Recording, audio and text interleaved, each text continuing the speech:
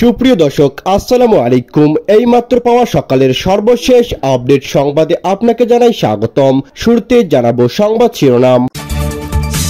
শুরুতে জানিয়ে দেব ভারতের বন্যা ধসে বেড়েছে মৃত্যু, কেন্দ্রের বিরুদ্ধে অভিযোগ মমতার, থাকছে বিস্তারিত।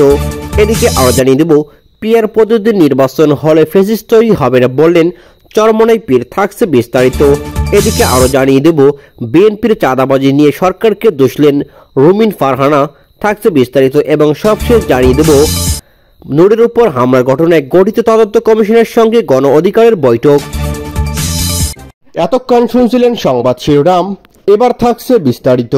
গত রবিবার রাতের প্রবল বজ্র বৃষ্টির ভারতের উত্তরের জেলাগুলোতে ভয়াবহ বিপর্যয় বয়ে এনেছে। দার্জিলিং, মিরিক, জলপাইগুড়ি, আলিপুরদুয়ারে এখন শুধু ধস নামছে। এদিকে মাত্র 12 ঘন্টায় প্রায় 300 মিলিমিটার বৃষ্টিপাত রেকর্ড করা হয়েছে। ভুটান ও সিকিম থেকে নেমে আসা অতিরিক্ত জল এবং রাতভর বৃষ্টিতে পাহাড়ি ঢল বেড়ে যাওয়ায় একাধিক বাঁধ ভেঙে গেছে এবং বিস্তীর্ণ নিম্নাঞ্চল তলিয়ে গিয়েছে। উত্তরবঙ্গ উন্নয়ন মন্ত্রী উদয় গুণ জানান, বন্যা ও ভূমিধসের কারণে মৃতের সংখ্যা আরও বাড়ার সম্ভাবনা রয়েছে। তিনি পিটিআইকে বলেন, পরিস্থিতি এখন অত্যন্ত জটিল। এখন পর্যন্ত আমাদের কাছে 28 জনের মৃত্যু সংক্রান্ত খবর এসেছে। গত রাত থেকে আরও কিছু মৃতদেহ উদ্ধার করা হয়েছে। মৃতের ঘটনা ঘটেছে দার্জিলিং ও জলপাইগুড়ি জেলায়। ক্রমাগত বৃষ্টিপাত উদ্ধার অভিযানকে কঠিন করে তুলতেছে। তবে স্থানীয় সূত্র ও বিভিন্ন সংবাদ মাধ্যমের খবর অনুযায়ী মৃতের সংখ্যা ইতিমধ্যেই 36-এ পৌঁছেছে। শতাধিক আহত হয়েছে এবং নিখোঁজের সংখ্যা অন্তত অর্ধশতাধিক। এদিকে দার্জিলিংয়ের জেলা প্রশাসক ডাক্তার প্রীতি গোয়েল এবং জলপাইগুড়ির জেলা প্রশাসক শ্যামা পারভীন সেনা এনডিআরএফ পুলিশের সাহায্য নিয়ে উদ্ধার ও পুনর্বাসন কাজ চালাচ্ছেন। তবে ধসের কারণে সড়ক যোগাযোগ বিচ্ছিন্ন থাকার কারণে উদ্ধার কাজ ব্যবহৃত হয়েছে। এদিকে শিলিগুড়ি শিরিক সেতু ধসে পড়ায় এবং দার্জিলিং সোনাদারা রোড বন্ধ থাকায় উদ্ধার কাজ চালাতে বিকল্প পথ খুঁজতেছেন উদ্ধারকারীরা। অনেক এলাকায় রেল পরিষেবা আংশিকভাবে ব্যাহত হয়েছে। অনেক এলাকায় বিদ্যুৎ সংযোগ বিচ্ছিন্ন অবস্থায় রয়েছে। প্রশাসন প্রাথমিক হিসেবে স্বাক্ষরিত ক্ষয়ক্ষতির পরিমাণ 1000 কোটি টাকারও বেশি। স্কুল ও পঞ্চায়েত ভবনগুলোতে আশ্রয়কেন্দ্র খোলা হয়েছে বলে জানিয়েছেন। এদিকে আকাশপথে বিপর্যয় এলাকা পরিদর্শনে গিয়ে এই দুর্যোগকে প্রকৃতির নয় মনুষ্যসৃষ্ট বলে মন্তব্য করেছেন মুখ্যমন্ত্রী মমতা বন্দ্যোপাধ্যায়। এর জন্য সরকার কি সরাসরি কেন্দ্রকে দায়ী করেছেন তিনি। পরিস্থিতি নিয়ন্ত্রণে আনতে কেন্দ্রের কোনো সক্রিয় সহায়তা নেই বলে অভিযোগ করে মমতা বলেন, রাজ্য সরকার নিজের তহবিল থেকে উদ্ধার ও ত্রাণ চালাচ্ছে। এদিকে কেন্দ্র দাবি করেছে তারা প্রাথমিক সাহায্য পাঠিয়েছে, কিন্তু রাজ্য প্রশাসনের মধ্যে সমন্বয়ের অভাব রয়েছে।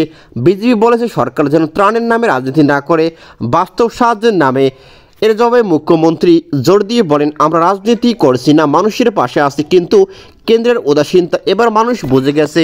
ইসলামী আন্দোলন বাংলাদেশের আমির মুফতি সৈয়দ মোহাম্মদ রেজাউল করিম পীর সাহেব চরমনি বলেছেন, পৃথিবীর বিভিন্ন দেশে পিয়ার পদ্ধতি চালু রয়েছে। এই পদ্ধতিতে নির্বাচন হলে নতুন করে ফেসিস্ট তৈরি হবে না।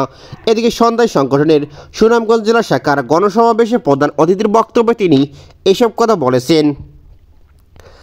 রেজাউল করিম তিনি আরও বলেন, টেন্ডারবাজি করতে পারবে না, স্বৈরাচার ফ্যাসিস্টের আচরণ করতে পারবে না বলে পিয়ার নিয়ে আবল তাবল বক্সে ইসলামী আন্দোলনের জেলা সভাপতি মুফতি শহীদুল ইসলাম পলাশীর সভাপতিত্ব এইসব অনুষ্ঠিত হয়েছে। এ সময় প্রধান অতিথির বক্তব্যে তিনি আরও অনেক কথা বিএনপিকে নিয়ে বলেন। বিএনপিকে নিয়ে তারা বলেন, বিএনপি একটি চাঁদাবাজি দল, বিএনপি 5 বারের চাঁদাবাজি দল। এছাড়াও বিএনপির নামে অনেক হত্যা মামলা দায়ের রয়েছে। অতি শীঘ্রই আমরা বিএনপিকে বয়কট করব। বিএনপিকে ছাড়াই আমরা আগামী নির্বাচনে অংশগ্রহণ করবে দল।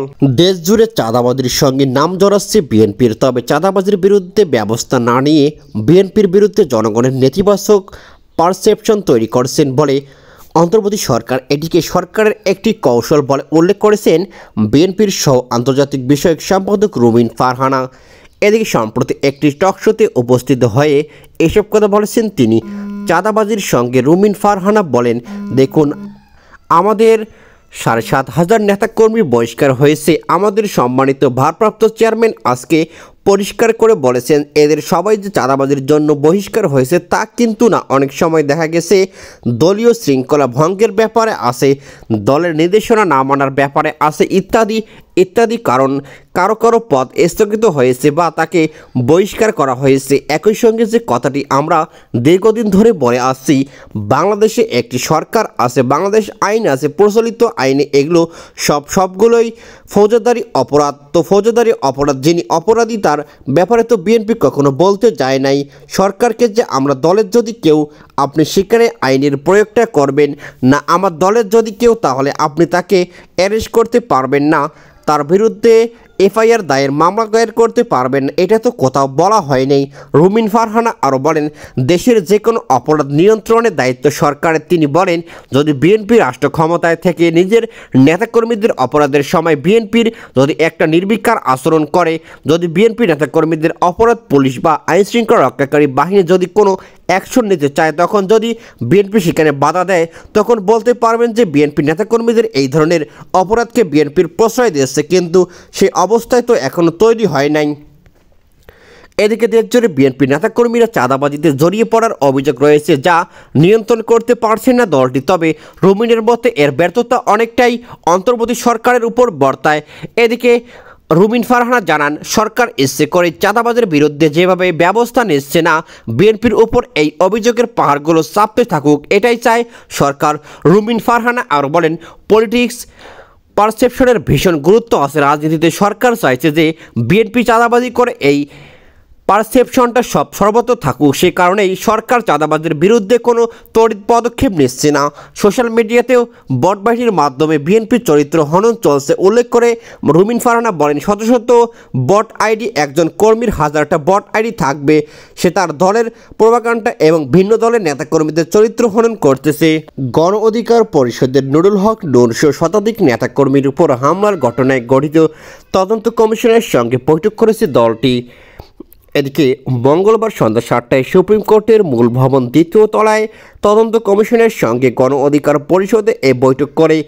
বৈঠকে 4 জনের বক্তব্যে আলাদাভাবে নেয় তদন্ত কমিশন। গণ অধিকার পরিষদের সাধারণ সম্পাদক মোহাম্মদ রাশেদ খান, উচ্চতর পরিষদ সদস্য আব্দুল জাহির, ছাত্র অধিকার পরিষদের সাধারণ সম্পাদক নাজমুল হাসান, সাংগঠনিক সম্পাদক আখতারুজ্জামান সম্রাট তদন্ত কমিশনার এর কাছে আলাদাভাবে বক্তব্য দেন।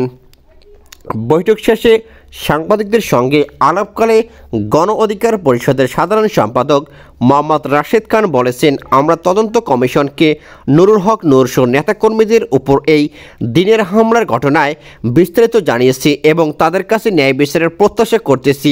আমরা বলেছি শেখ হাসিনার আমলে আমরা মার খেয়েছি, আমরা 2018 সালের কোটা সংস্কার আন্দোলন সফল করার মাধ্যমে গণ অভ্যুত্থানের প্রেক্ষাপট তৈরি করেছি এবং 2024 সাল পর্যন্ত টানা লড়াই করেছি। মোহাম্মদ রাশেদ খান বলেন অন্তর্বর্তী সরকারের আমলেও জুলাই গণ অভ্যুত্থানের শক্তি হয়েও নুরুল হক নূর সহ আমাদের নেতাকর্মীদের মার খাওয়া সরকারের জন্যই লজ্জাজনক। এই ঘটনায় বিচার না হলে বিচার বিভাগের উপর মানুষের আস্থা তৈরি হবে না। আমরা আপনাদের উপর আস্থা ও বিশ্বাস রাখতে চাই।